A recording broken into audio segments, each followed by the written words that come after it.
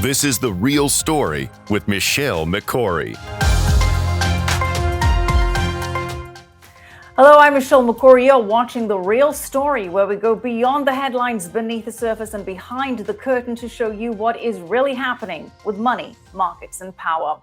And the global order may be approaching an inflection point. Alliances that have underpinned international stability for decades are being shaken, and markets are reacting. President Trump has escalated his push to bring Greenland under U.S. control and is threatening new tariffs against countries opposing the deal. The president announced on Saturday that if a deal is not reached allowing Washington to acquire Greenland, 8 European countries, Denmark, Norway, Sweden, France, Germany, the United Kingdom, the Netherlands, and Finland would face increasing tariffs starting at 10% on February 1 and rising to 25% on June 1st. Now, in response, U.S. stocks sold off, Treasury sold off, the dollar weakened, gold continued its rise, hitting another new record at $4,763 an ounce, and silver also intensified its rally, hitting over $94, now just less than $6 away from triple-digit silver, $100 an ounce. So the safe haven assets are doing what they are supposed to be doing at a time of geopolitical uncertainty. But it is much more than just that, because the world order is on the brink of being upended and markets are starting to price that reality in. And of course, all of this comes after the US's action in Venezuela, where dictator Nicolas Maduro was captured. Now, for many, this feels sudden, chaotic, even shocking. But for anyone who read a little notice document released in November, none of this should come as a major surprise. That document is the National Security Strategy released by the Trump administration in November of 2025. And it laid out in plain language a fundamental reordering of American foreign policy priorities. Now, at the center of this shift is what the document explicitly calls a Trump corollary to the Monroe Doctrine. In simple terms, the United States is reasserting primacy in its own hemisphere, economically, militarily, and strategically. And it is no longer willing to tolerate hostile or competing powers establishing influence, ownership, or control over strategic assets close to home in the Western Hemisphere. Now, that framework helps explain what we're seeing unfold right now.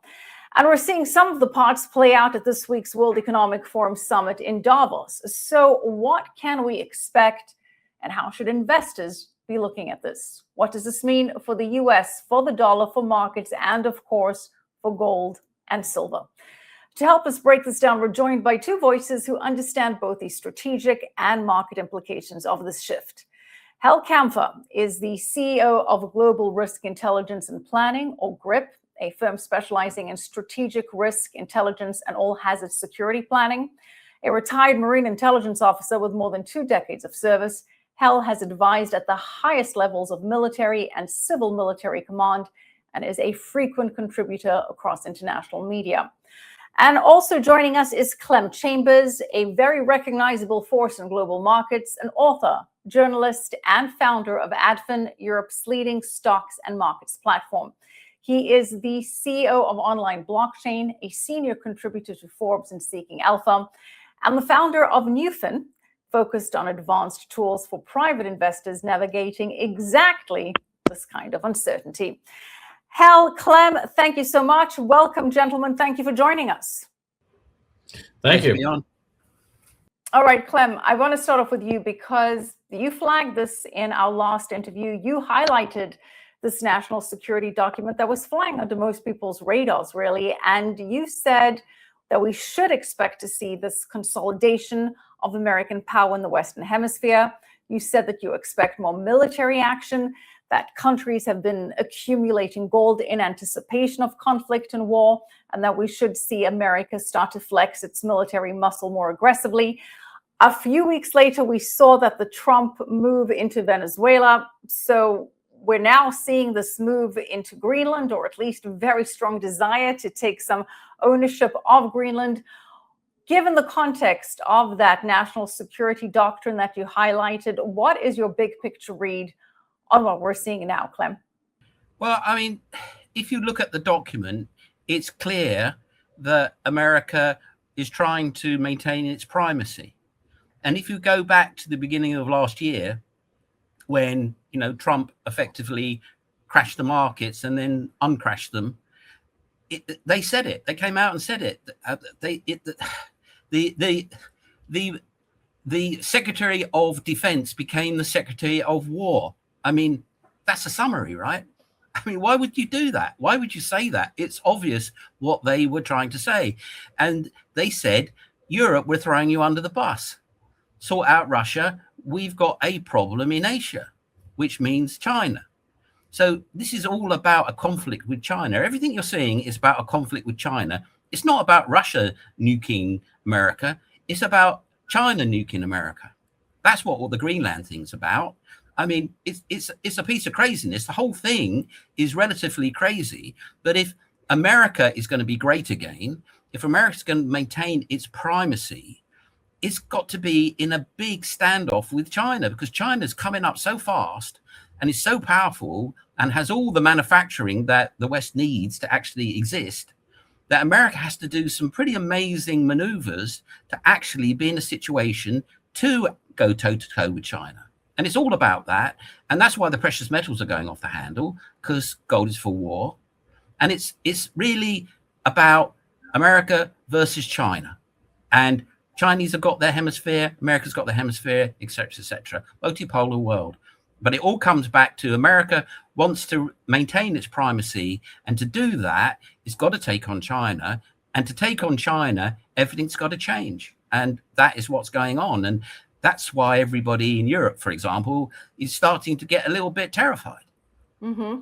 Okay, we're going to break down the details and the market implications and all of that and what this means in specific detail. But Hal, I want to get your big picture read on this.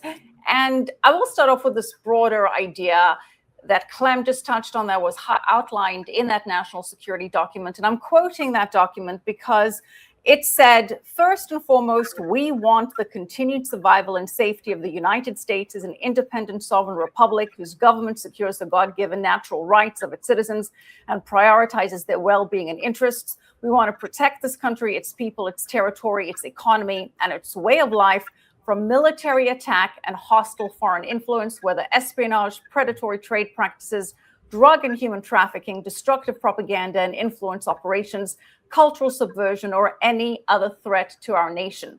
I'm going to skip a few pages to another part I want to highlight where it says, we want to ensure that the Western Hemisphere remains reasonably stable and well-governed enough to prevent and discourage mass migration to the U.S. We want a hemisphere whose governments cooperate with us against narco-terrorists, cartels, and other transnational criminal organizations. We want a hemisphere that remains free of hostile foreign incursion or ownership of key assets, and that supports critical supply chains. And we want to ensure our continued access to key strategic locations. In other words, we will assert and enforce a Trump corollary to the Monroe Doctrine. So again, I'm trying to summarize some of the main parts of this national security doctrine, but you read this, now having the hindsight of that Venezuela attack, and a lot of it seems to really fall into place. So Hal, what is your big picture analysis of what we're seeing now? Do you see we're seeing this consolidation of the Western Hemisphere? What's your broad read? Well, what I'm seeing right now, Michelle, is that we're putting a lot of resources, a lot of focus on the Western Hemisphere. There's talk about merging what's called U.S. Northern Command, U.S. Southern Command. Southern Command basically does South America, Central America, a lot of the Caribbean, merging that into one Western Hemispheric type of command.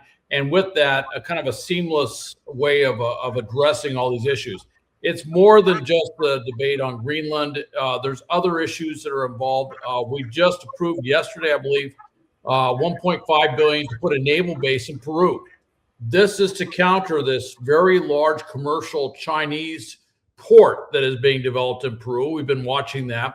Obviously, you've seen what we've done in Venezuela, but then again, you also look at Panama. We sometimes forget when this all started talking about Greenland and Panama, they were pretty much interchangeable terms. We talked about maybe getting back the canal zone into the sovereign U.S. territorial bucket. We're not doing that, but we have really shifted what's going on in Panama. active work to get Chinese influence off of each side of the canal and outside of Panama. And, I personally saw this when I was working in consulting with lithium and lithium sourcing, that we would, we go down, if we're in South America or even in Mexico, just south of the border, you were constantly competing with Chinese interests, you're competing with European interests. And you kind of look and you go, why isn't there a focus, a national security focus on something critical, these critical minerals to the U.S.? I think you're starting to see that shift. And I think we're also looking at Greenland because of that shift, although Greenland is different. Pardon the real estate reference, but location. It is where it is, and where it is way up north. It's along two critical maritime sea lanes that just opened up. The ice goes back much further than it did before, and we can cut down transit routes tremendously going over North America and over Eurasia. But to do that, you got to travel, in both cases, right near Greenland. And of course, it's very close to Russia. It's much shorter if you're flying planes or shooting missiles, and it's in a key intercept area for the Golden Dome. So it's not surprising you're seeing a lot of focus on North America, well, the Western Hemisphere as a whole, but also we're kind of, I think it's a little bit of a reaction to maybe what was imperial overreach or overstepping. We put a lot of resources, a lot of blood and treasure into Central Asia and into the Middle East after 9/11. We didn't get a lot back for that. And I think that President Trump sees this in a much more business sense, which is what's the return on investment for what we're doing. He sees a return on investment in North America, and I think that drives some of his thinking and why he wants to consolidate what we have here closer to home. And it sounds as though you're agreeing with Clem then that the main impetus is a pushback against China then. Oh, I think, well, China's a near peer competitor. That's the big competitor. Russia, I'm not taking away from it. I mean, they have a lot of nuclear weapons and things like that. But as an economy goes, their economy is horrible. Their economy is smaller than Italy's. For the size of Russia, it's ridiculously a dysfunctional economy on many different levels. They have a lot of natural resources. They are not very efficient at basically getting those resources out of the ground, processing them. They've got a lot of problems. They've got huge demographic problems. They've just got a lot of problems. So I really think China's the one we're looking at. China's realistically the competitor that is on the rise, and our focus is shifting there. All right, well, let's focus now on Greenland, because that is all that anybody is talking about, especially as Davos is gathering right now, the World Economic Forum happening in Davos. Speaking ahead of that, the president said that it is essential that the U.S. has control over Greenland for national security. Let's take a quick listen to that. Well, I don't think they're going to push back too much. Look, we have to have it. They have to have this done. They can protect it. Denmark, they're wonderful people. And I know the leaders are very good people, but they don't even go there. And, because a boat went there 500 years ago and then left, that doesn't give you title to property. So we'll be talking about it with the various people. We've had tremendous success, and I've done more for NATO than anybody else. I don't think you'd have NATO right now. I got them to go 5% and pay as opposed to 2% and not pay. I've done more than any other American president for NATO by far. And we'll see how that goes, but Greenland is very important. So ahead of this visit to Switzerland, to Davos, where I don't think the president can expect a particularly warm welcome, he gave another press conference and basically, reiterating the same points there, Clem, saying that, if he was asked whether NATO would come to rescue the U.S., he said, I know we'll come to NATO's rescue, but I just question whether or not they'll come to ours. He said that on Greenland, things will work out very well, that he has a lot of meetings about this lined up over the next few days at Davos. When asked how far he would go to acquire Greenland, he said, you'll find out. He also was asked whether this could see the end of the NATO alliance. He kind of dodged that question. But Clem, what are you expecting to come out after this Davos meeting with all of these heads of state who have shown very little love and affection for the president ahead of his arrival? Well, beware the Ides of Davos, I'd say. I mean, I think it's going to be Trump against the world there. Carney just came out and made the most amazing speech, basically saying, I mean, he didn't exactly say it, but he might as well have said, America isn't our ally anymore. And, you know, they're all there. And he's going to show, he's going to go into the den of lions. It's going to be very, very interesting. But, you know, actions, not words. And we will see. But it's you know, at the end of the day, the massive destruction of intangible assets that Trump is doing to America, the massive amount of trust and goodwill that America has had over decades has been built up. He's absolutely, you know, shredded that. And that is a terrible thing. But, you know, as far as the markets are concerned, the major danger is that it will escalate and all sorts of, you know, bad things will happen in the market. You've seen a little bit of that today with, I don't know what it closed, but it was 800 down. Last time I saw it was the Dow.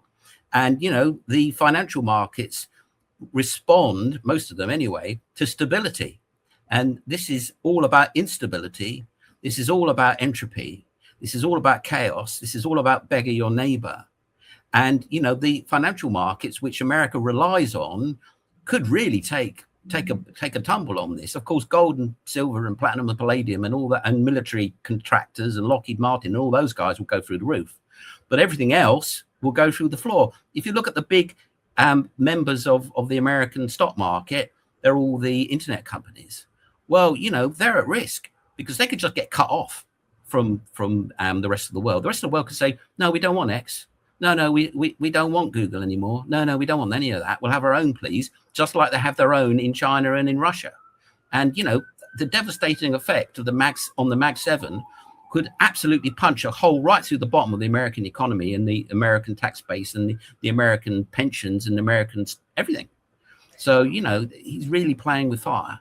Well, again, that is to be determined. It could actually work out in the long run to the U.S.'s advantage, but it is a big gamble, and we're going to get into the long-term implications of whether this does actually, in fact, long-term assert American dominance, assert the dollar. But before we get into that and the implications there, Hal, I do want to focus on this focus that the president has on Greenland. Is it really such a military target prize in 2026? Is it more symbolic geopolitically? Like, how does Greenland change the US's power projection, missile defense, and early warning capability against Russia, against China, compared to what the US already has? It's just a grenade in the bunker. He's just throwing a grenade into the bunker. Well, I do want to get Hal's opinion on whether this is actually militarily so much more significant for the US to have control over it, as opposed to the current existing infrastructure, the current existing basis,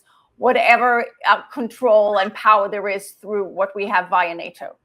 I think what really is driving this is probably some scenario stuff that's been run by President Trump. They've looked at various different things.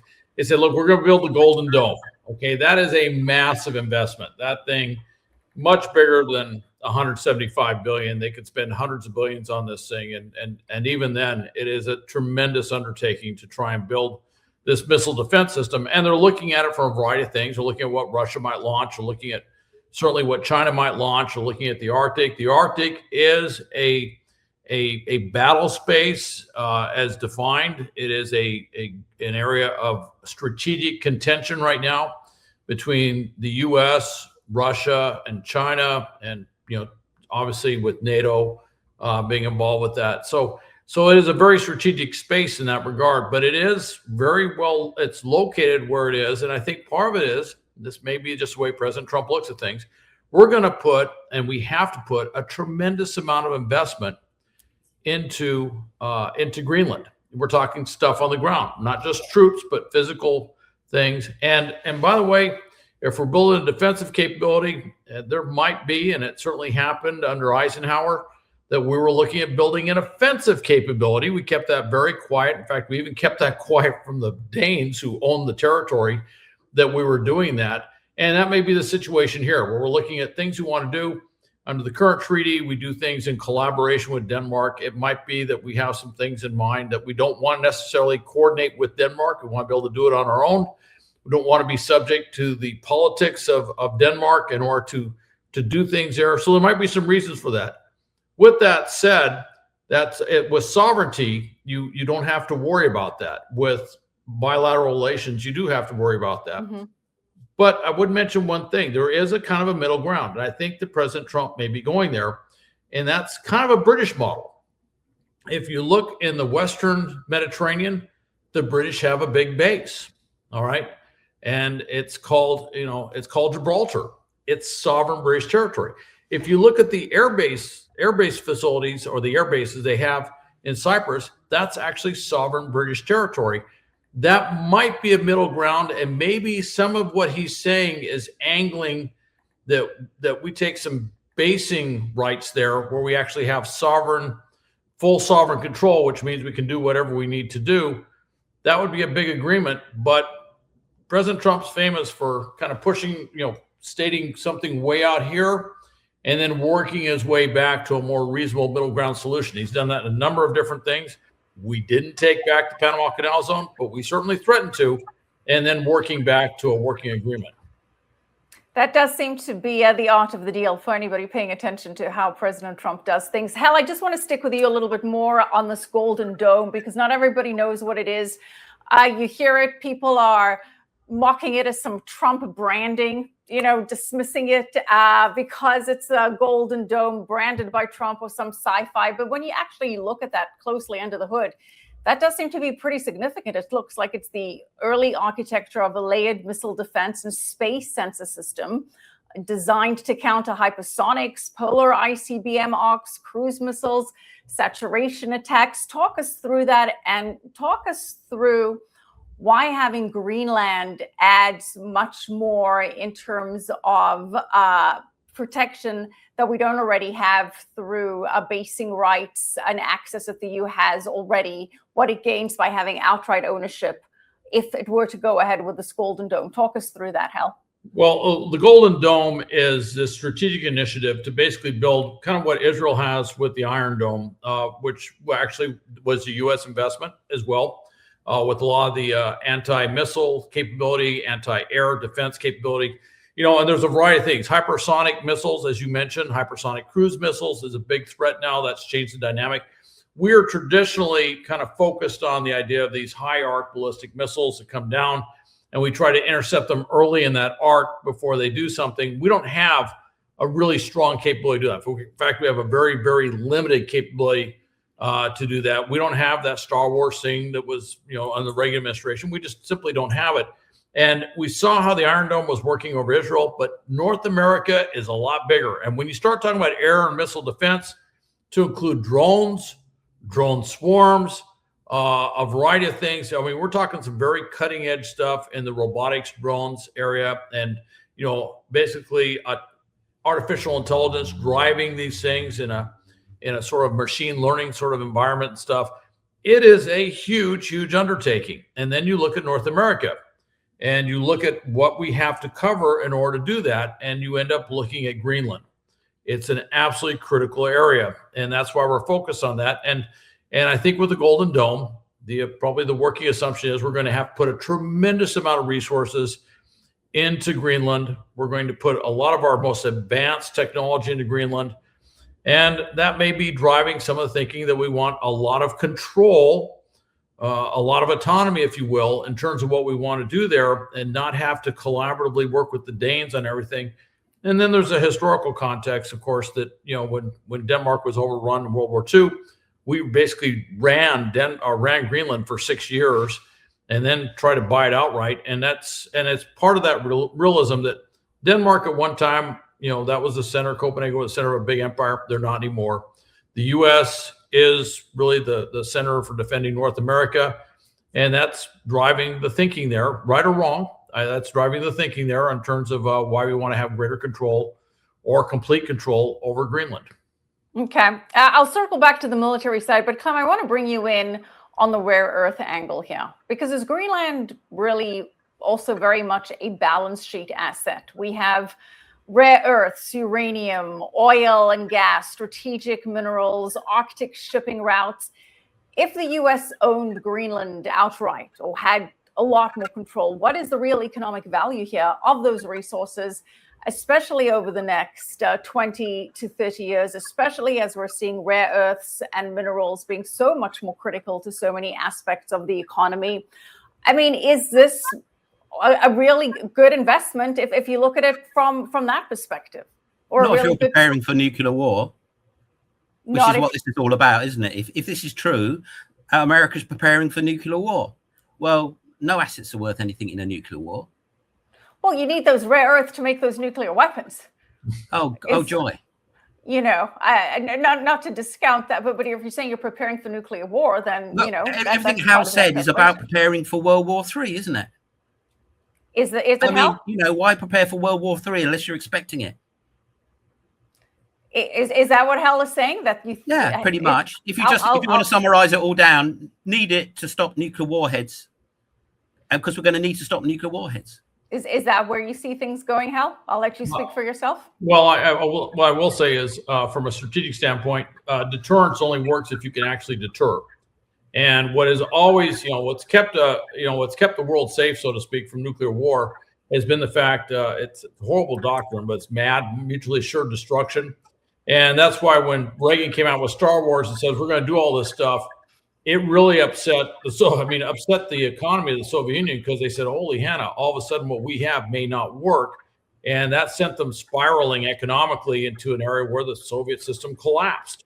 Well, that's when there was an enemy threatening to destroy America with nuclear weapons. So that presupposes that America considers as a new enemy threatening to destroy it with nuclear weapons. That's a big fear. Well, they're looking at the growth. There's been really huge growth in the number of Chinese nuclear weapons. Looking at Russia with what they're doing with nuclear weapons. And I got to tell you, Vladimir Putin about every 2 weeks threatens nuclear attacks. It's become almost commonplace for him to say, oh, by the way, we might have to use a nuke with Ukraine or use a nuke somewhere else. And Medvedev, in his rare moments of lucidity, actually threatens nuclear weapons. And when he's not lucid, he threatens nuclear weapons constantly all the time. And so there is a fear. There is a fear of proliferation. There's a fear that's happened. And what stops it is if there is this really strong deterrent capability. That is the goal of Golden Dome. It's going to take a long time to put in place. But looking across the world, looking at the Korean Peninsula, looking in the Middle East, the fear is that we could see more countries with nuclear weapons, not necessarily the most stable governments. Things could spiral out of hand very quickly. We just saw what happened between Pakistan and India. I've been deeply involved when Pakistan and India have threatened nuclear weapons against each other. I can tell you, it is a horrific frightening scenario, and it puts the rest of the world in a very difficult situation. You want to have things that will lessen that risk, lessen that danger, and make countries very reluctant to go down that path. Well, under that time frame, the rare earth, etc., in Greenland is not relevant. Well, does this accelerate the threat of nuclear war? I think that's Clem's point, that just this kind of posturing makes it more likely, or hell, does it serve as a deterrence against nuclear war? And I would still argue that with China dominating rare earth supply chains, that having control over that is a big priority for this administration. The control is not the rare earth. The control is the processing of the rare earth, and America and Europe, for that matter, could do it if it wanted to, but it doesn't want to go to the environmental cost. America's moved on that and has gone and underpinned the price of rare earth in America to make sure that it's going to be available. But rare earth is not rare like that. The processing is rare, as is most chemical processing, which is done in China, because they don't care about the environmental destruction that causes. And if you want to process it in your own country, you just got to build plants to do so. And America is going to be doing that too. You don't need to go and start digging through the permafrost to get a load of 3 months a year mining in Greenland for that. There's more than enough material available. Clem's absolutely right. Rare earths are not that rare. It's the processing capability. If you look at what China did strategically, and they did this over a period of decades, yes, they have a lot of rare earths, but they don't have any disproportionate amount of rare earths more than any place else does. What they did was, through very predatory practices, they really locked in the processing capability. So when you look at what they actually have, oh yeah, it's significant. And of course, mining that causes massive environmental damage, not much of a problem for China. They don't seem to have any issues with that. We do. All right. So that's why we don't have the rare earth mining capability we do. But the processing side as well, when you really look at the strength that China has in rare earths processing, they undercut, they deliberately invested to so that they could undercut the rest of the world in terms of processing rare earths. And now we're stuck. This is where they are. But I do kind of agree with Clem. It's going to take a look, getting under the ice, mining in Greenland, that's going to take a very long time. That's not something that's going to happen real soon. So if you look at the big picture here, Hal, if you were advising the Pentagon or the administration, do you see this as a serious strategic opportunity? Or is this something that creates more geopolitical blowback, fractures more alliances, and ultimately, I think to Clem's point, weakens the U.S.'s standing on the global stage? Well, I think certainly, every time I see this stuff that causes friction or fracturing within the NATO alliance, it caused me great concern. NATO alliance, it's probably the greatest military alliance ever put together. So I really feel strongly that we should do stuff like we should do more to strengthen the alliance.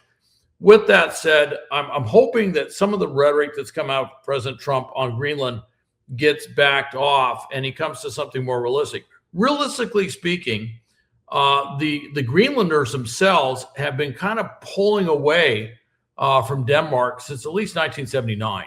And they've been talking about independence for quite some time. They're only 56,000 and they get this huge landmass and they don't have much of an economy outside of shrimp fishing, and shrimp fishing is not doing well. So they have tremendous potential, but they don't have much of an economy. So they're really dependent on Danish social welfare to keep their economy going. We would have to step in and replace that. And I think really the path forward, and President Trump has been alluding to that, is not through some sort of imperial here, we're going to pay Denmark big bucks to own Greenland, is probably what we can offer the Greenlanders as an option to move away from Denmark if the Greenlanders so choose to do that. That's probably where the end state is, although the rhetoric's really heated right now. And certainly, with the words by Carney and words by Macron and other leaders, I'm kind of wondering if we're causing more problems than we're solving by this traditional, the art of the deal sort of approach that President Trump's used in other spheres. I will say this, though. I mean, people are acting all shocked and horrified at the idea of the United States taking territory, buying territory. And that reaction is, quite frankly, historically ignorant. I mean, the United States was built by buying land repeatedly, strategically, often cheaply, sometimes brutally, sometimes opportunistically, but almost always rationally from a power and security standpoint.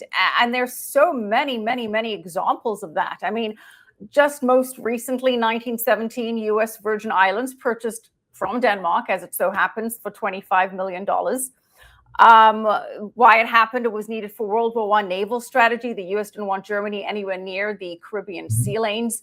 And as we know, that is now a permanent U.S. territory, strategic Caribbean footprint, cheap insurance. Hal, you alluded to this, the Panama Canal Zone in 1903 purchased for $10 million from Panama plus annual payments. As we know, that is very important for global trade and naval mobility. The Philippines, 1898 from Spain, $20 million, included the Philippines result of the Spanish-American War. They bought that subsequently changed to Guam in 1898 from Spain. I mean, it goes all the way back to Alaska, 1867, purchased from Russia for $7.2 million. Russia needed cash, feared losing Alaska to Britain for nothing. Americans at the time, I mocked it as a Seward's folly, but it turned to be one of the greatest real estate deals in world history. So no wonder Trump is taking some inspiration there. But basically, I mean, this has gone on and on all the way back to the Louisiana Purchase of 1803 from France for $15 million. So, Clem, when you look at it in the historical context, in hindsight, this all seems very reasonable.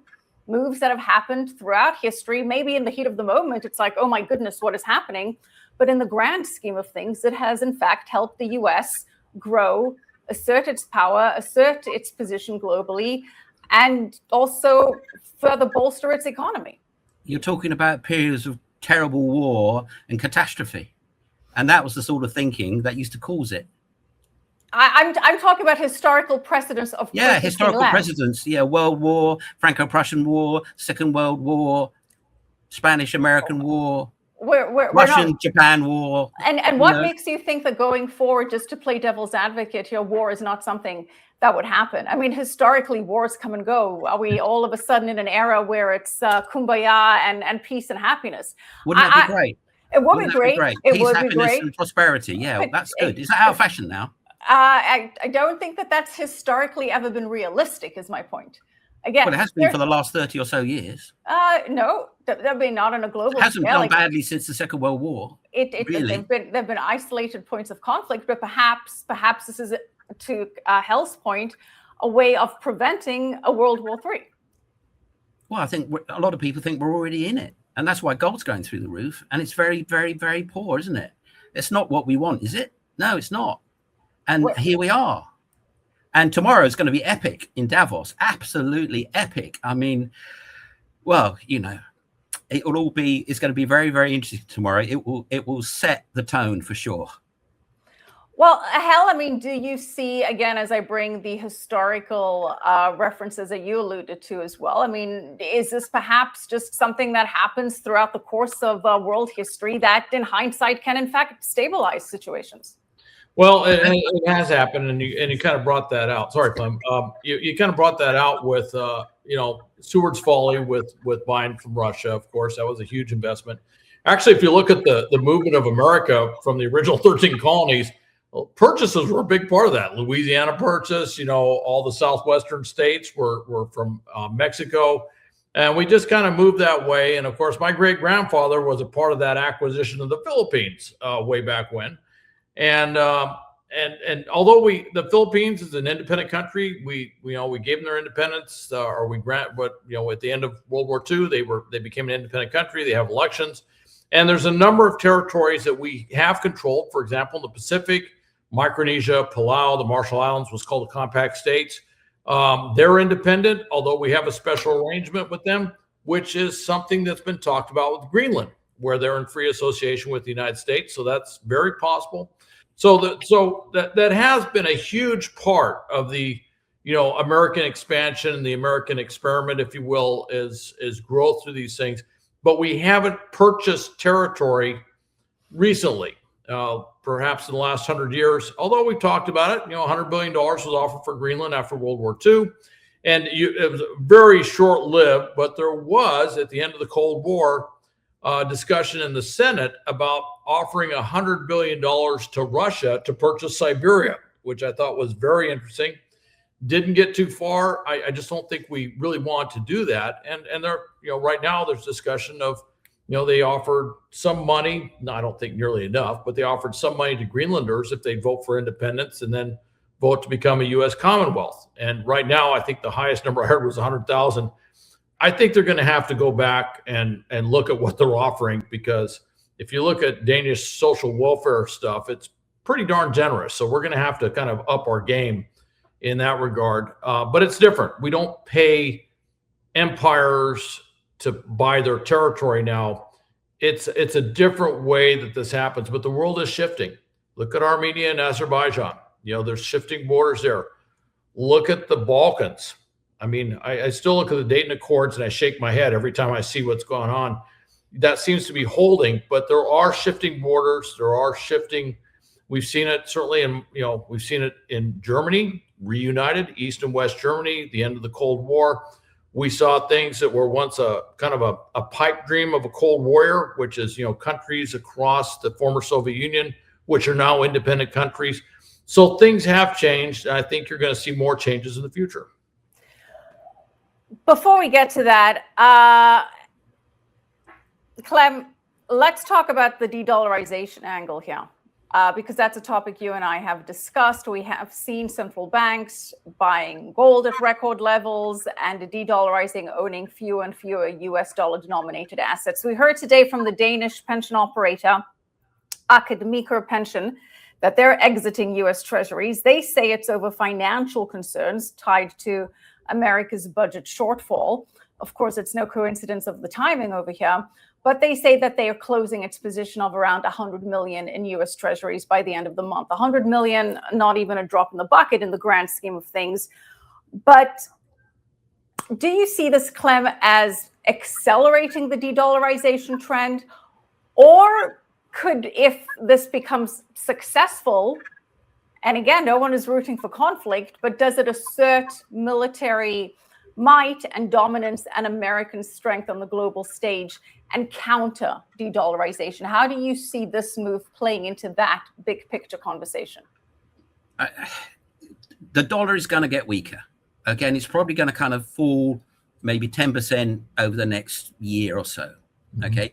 Gold is going up because gold is for war. And you just have to listen to Hal to hear the drumbeat of war. And gold is the currency of war. And therefore it's going through the roof. Okay. Simple as that. Now, if everyone's got any sense, they'll just, keep quiet and let this particular administration in the US get elected out. And then it'll be back to some sort of normality.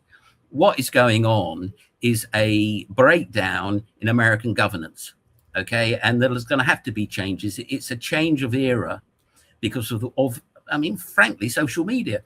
All this hoo-ha is all coming out through social media. It's a direct megaphone from the White House to the people. And this new media world is shaking up the political world, and the institutions under great pressure and are frankly crumbling. Your American democracy, it's in big trouble, right? And this is a symptom of that trouble.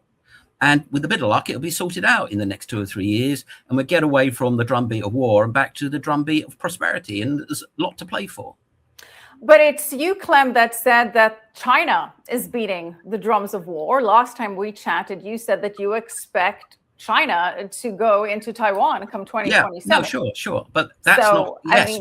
That's what it's all about. So talk us through that, and perhaps that this is a response to what you had forecast last time we chatted, and that you said that China's gearing for action, military action, your words, not mine, 2027. So maybe this is a counter to that. Talk us through how you're seeing that fit into this whole picture. Yeah, well, that's part of the big picture, but it's about American primacy. And that primacy depends on America being, bigger, better, stronger, faster, more powerful than China. And China would look at Taiwan as part of China. And it said it all along, and it carries on saying it, and it wants it back. And Xi wants to be in the history. She wants to be in the history books. Wants to have a paragraph how he got Taiwan back. I'm quite sure President Trump would like to have a paragraph in the history books that he got Greenland for America. It's really, really old school, this stuff. This is all about the big man theory of history at work in front of our very eyes. And, that conflict, America versus China, that's the big conflict, not China wanting Taiwan back and America interfering. Okay. It's just China versus America, or America versus China, which is really what it is at the moment, and what that could mean. And, you're hearing people talking about nothing but strategy and, military hardware and conflict that is military, missiles and nukes and golden domes.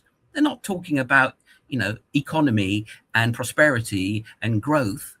And that's really the thing that people should hear. The big picture is the story has shifted from, a world economy into these spheres of influence economies, this fracturing of the world order, the international rule of law, take it or leave it, whether that's being followed properly or not, and into this sort of might is right land, which America is now projecting.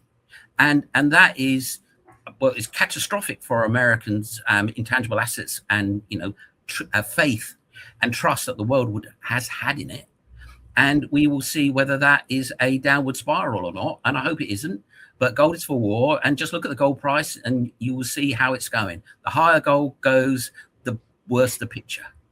Well, let me ask you this, just to play devil's advocate, Clem. If someone other than Trump floated this exact same idea, framed it differently, the entire foreign policy class would maybe nod along solemnly and be writing white papers about it, potentially praising it.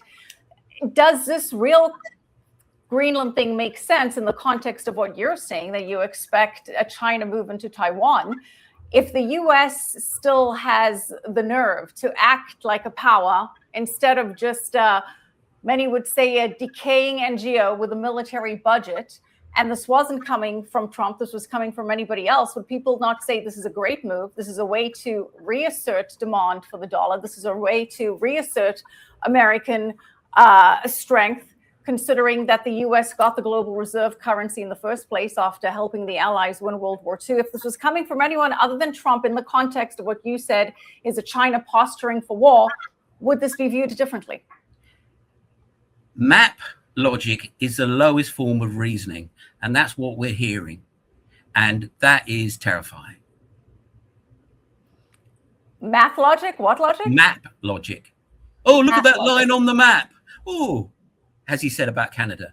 What do you think that makes the world think? Map logic. It's the key to most catastrophes for humanity. Oh, that bit's poking out. It should be ours.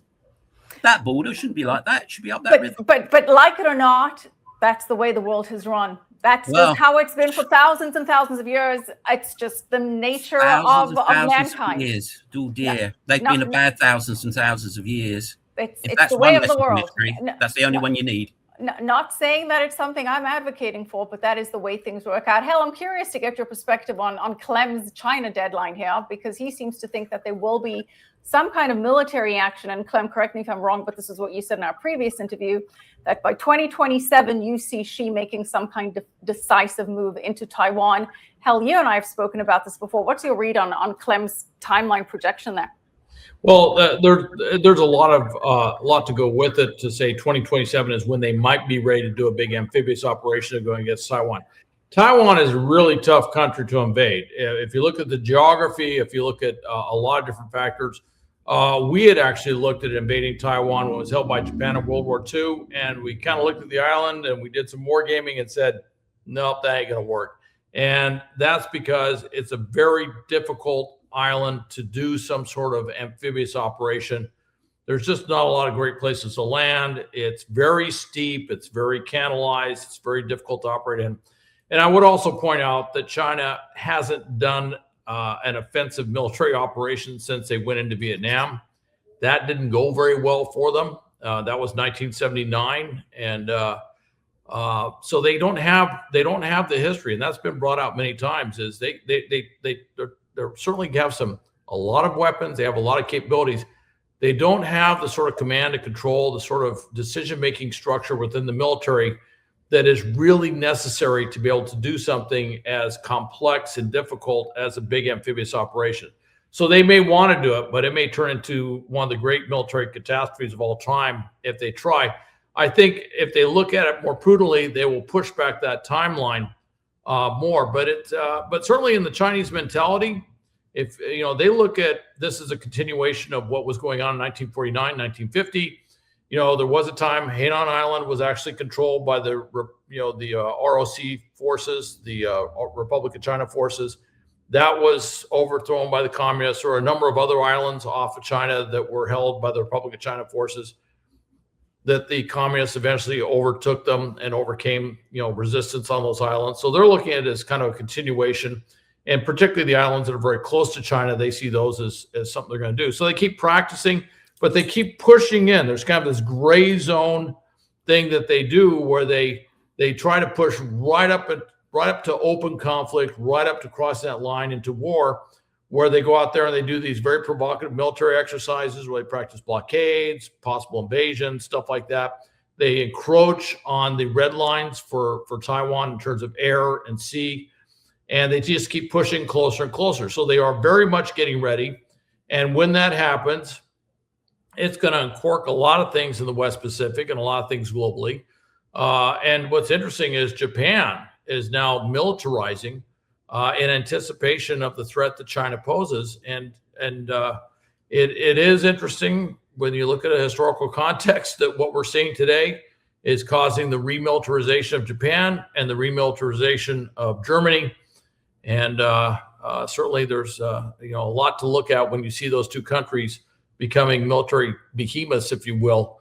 what could possibly go wrong, as someone once told me, historically speaking. So yeah, it's a big change. Well, I know Clem's theory is that World War III officially breaks out in 2027. Clem, not to put words in your mouth, please correct me if I'm wrong. So it's broken out already. It's been going on at the quaternary level for quite a few years now. You know, there's levels of economic activity, right? Land wars is the base. That's primary. Then the secondary, which is industrial. Well, that's been a bit of a grind recently, hasn't it? Service industries. And then at the information level, and information war has been going on now for quite some time. You know, if you go onto your American media, you can trace back a lot of these memes, of these policies, right back to your adversaries. Okay, and America's lost the information war already. And if you read that security document, it talks about it. It talks about fighting an information war, protecting itself from information war from outside of America, and that's ongoing. That's already exists. That's already there. That's probably one of the things that's kicking this off. Because if you win the war at the information level, well, everything else is you know. I mean, I'm sure Hal will tell you all about strategy for information war for both Russia and China. And that's a war that's almost been lost already. Well, it sounds like to me then, Clem, if you think that the world is already in World War III and posturing towards it, then this perhaps is, from an American president's perspective, from a nationalistic perspective, you're supposed to make sure that your country comes out on top. I mean, that you need to position yourself accordingly and take whatever action is necessary. And so, Hal, I will ask you this. Do you see a military invasion of Greenland as anywhere near the realm of possibility here? I think a military invasion of Greenland is pretty low on the list of things that could happen. You know, I kind of agree with Mike Johnson. He's been asked about this, and of course he has to be careful about what he says. He doesn't want to directly contradict the president. He goes, "Yeah, I don't think that's going to happen." And I'm hearing that from a number of GOP leaders in Congress. I don't think that's going to happen. What I do think, though, is we've had negotiations with the Danes going back to September, very serious negotiations. I think things we're going to look at are basing rights, the autonomy of basing rights. We may look at whether we get some sort of sovereign control of those bases, if not permanently for a certain period of time. We've done that in the past, where we have control for X number of years. I mean, the Panama Canal zone is a perfect example. We didn't keep it forever, but we held it as sovereign U.S. territory for a very, very long time. And, you know, I was stationed there. So this isn't something I'm just pointing to. This is something that I lived. And so we did that for a very long time. We might do the same thing with Greenland. We might take over. We might have very large, extensive basing situation in Greenland and do that for a very long time. And I would imagine that we'll have something worked in with the Danes in terms of maybe first right of refusal on going after minerals that are in Greenland and stuff. I do kind of agree with Clem. Mm-hmm. That's a longer play, and it's not easy. Doing mining operations in extreme environment like that, particularly with those massive the ice problems, it's not something that's going to happen anytime real soon. Well, we can pull out, I know Clem was referencing social media, and President Trump certainly has shaken up the game in so many ways, including the way he communicates to the world in social media. And I know he put up a meme on Truth Social with him planting the flag of the United States there on Greenland. I mean, that's certainly set to ruffle some feathers at Davos if it hasn't already done so. Clem, let's bring it back to the markets as we start to wrap up here. How should investors be looking at this environment right now? Well, the main question is all this entropy, all this chaos going to wreck the American stock market? And I'm hoping it's not. I'm positioned so it won't really affect me that much because I'm, you know, up to my ears in precious metals, which are making me very happy. I mean, President Trump is making me a lot of money. It's just making me so much money. And I like the money, but I don't like the theme. But, you know, precious metals is the thermometer for this. Just watch the price of gold, because there's enough people who know what's going to happen or what's likely to happen to set that price as a thermometer. So if precious metals are going up, we're heading down a very, very dangerous road. If they stop going up, that would be great. Now, on another foot, the AI thing is going to be big, because ultimately the war is going to go underway at AI level, because the smartest country will win. And if you win the AI battle, you win the war. You might not even have to have one. You probably won't have one because you'll be smarter than the opposition. So that's where it's going to take place. And anything to do with AI is going to continue to go ballistic. And that goes down the value chain into things like people that do air conditioning, copper, all those raw materials that go into big buildings that put electricity in one end and AI out the other. And that is going to potentially drive a massive economic boom. Might be quite inflationary. The dollar's going to be weak because, the White House wants it weak. Interest rates are coming down. Inflation is not going to go to zero. It's probably going to be higher than people would like it, but it's not going to be too high. Dollar down a bit. Anything in raw materials up through the roof. Anything that's a bit fragile, anything that relies on global trade is going to have a problem. The Mag 7 is very, very vulnerable to backlash from all this stuff because, if I was a country that was getting very upset with this, I would just cut off Facebook. And I would just cut off X. And, the UK is almost threatening to do that. Just cut them off, firewall it out. We don't want this American propaganda coming in through our door. So, those guys could get really badly hit if this escalates more. And, of course, we'll find out tomorrow in Davos. It's going to be epic, absolutely epic. I don't know that I would call X American propaganda. Many would say that is one of the few ways that real information is getting out there these days, that it is actually the United Kingdom that is stifling freedom of speech to levels that people would not even have fathomed a year ago. There you go. I just said it was a threat to the Mag 7 because they rely on international seaways, effectively, cyberways. And, if they were to start to get cut off, then their businesses will suffer significantly. But we'll bring it back to your main investment thesis, and that's still gold, silver, and precious AI. Metal, military companies, raw materials, military companies. That's pretty much it at the moment, unfortunately. Given what silver has done so far this year relative to gold, are you looking at selling some silver and buying some gold instead? How are you positioning between those two metals right now? Yes, I just did that. In fact, over the last few days, because silver's just run ahead crazily and gold is just grinding up. So, silver's run ahead. So flip it into gold. Did that over the last few days. Well, both gold and silver did hit new record highs today in all of this excitement. I will also point out that there's been a situation with the Japanese debt market that has also impacted the markets today. So it hasn't all been precious metals necessarily, and it hasn't all been Greenland related. Hal, your final thoughts here, and feel free to give any investment strategy that you may have as well if you'd like to, but your final thoughts as we wrap up this conversation. Well, I actually agree. Precious metals, great investment tool. Silver has just been exploding. I think that's a brilliant move. I think anything in the precious metals category seems to be doing well right now. I don't claim to have great insight like Clem does, but I think there will be some leveling off of this, maybe a slight decline at some point in the future. Really depends on what happens in Davos. So, everyone's predicting this train wreck when President Trump shows up there and that he's going to, be snubbed or he's going to do all this other things. It could go a very different direction. And I have seen President Trump do this where he gets everybody pretty riled up and then it doesn't go the way everybody expects and they come to some sort of agreement. And I do think that there are different courses of action, so to speak, that President Trump has. And this could turn out very differently. And I do think that in the precious metals area that, this Western hemispheric thing could open up some real opportunities if we're going to put a lot of focus on this.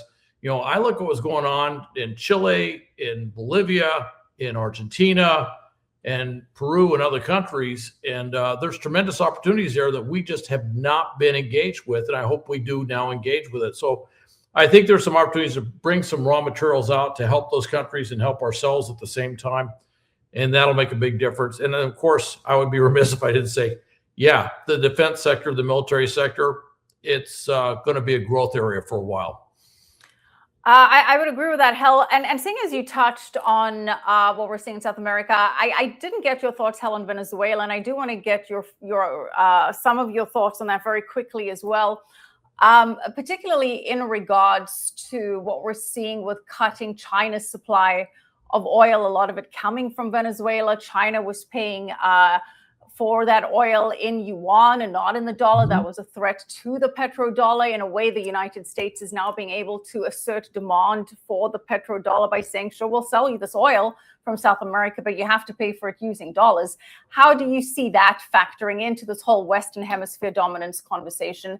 And again, maybe this is a strategic move to ultimately regain the US's footing as the global reserve currency and reasserting the petrodollar dominance. What are your thoughts there, Hal? Well, I think you kind of said it, and that's one of the most underreported stories is, I mean, we talk about Venezuelan oil and what this has done, but the impact this has had, the huge impact this has had on Cuba is something that kind of gets talked about, but isn't fully understood with all the problems in Cuba. But that was the thing. About 2/3 of that Venezuelan oil that was getting out, which is about 1/3 or 1/4 of what it used to be before Chavez came into power.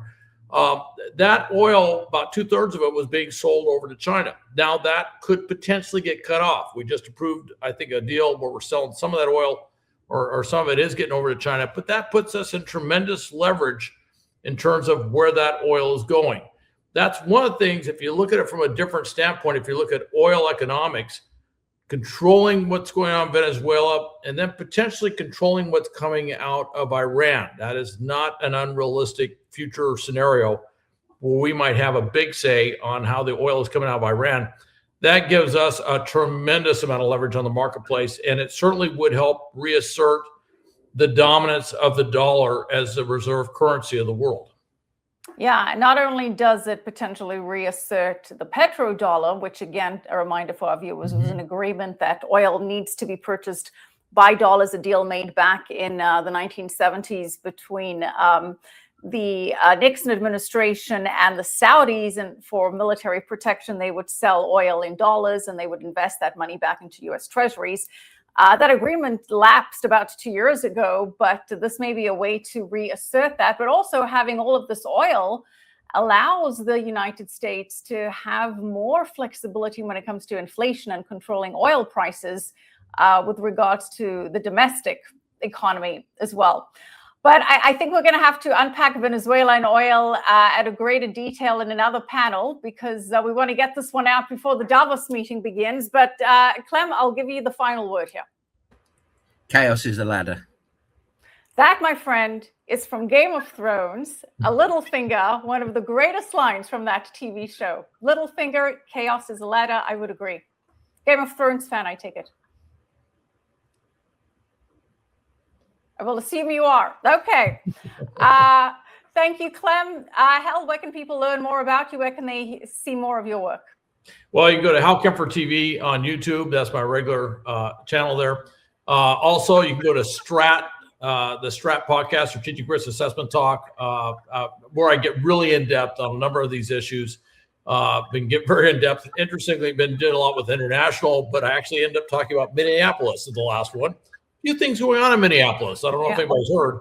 And then, of course, also the Comfort website, GRIPSA, GRIPSA.com. All those things will lead you to these other platforms where I frequently talk. Yep, no shortage of friction points around the world in the U.S. to weigh in on. Thank you so much, gentlemen. We really appreciate your time this evening. Thank you, Hal Kempfer, Clem Chambers. Thank you to you both. Thank you. Thank you.